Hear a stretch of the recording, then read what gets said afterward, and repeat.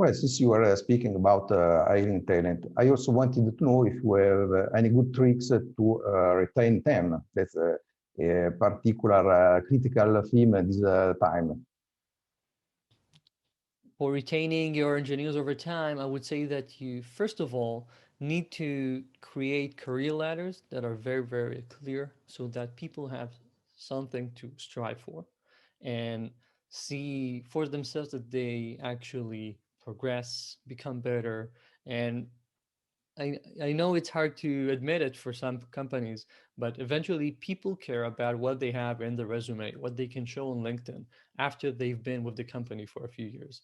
So having the ability to show that I've progressed through the ranks, I was an engineer, senior engineer, staff engineer, that really helps people see that they have a vision and a horizon to look for and to move forward in the company. And also, I believe about creating space and autonomy for the best people to try things and experiment and learn on their own.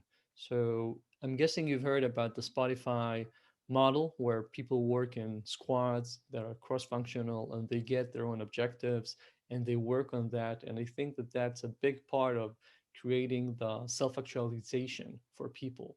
If you know the Maslow's hierarchy of needs, right, this pyramid where we have the basic stuff that we want to get done. And right at the top, he put self actualization. I'm making the most of my potential. I'm actually investing my brain and I'm thinking and creating and I have autonomy. And that's something that you get only when you provide your team with enough space. So don't be a micromanager.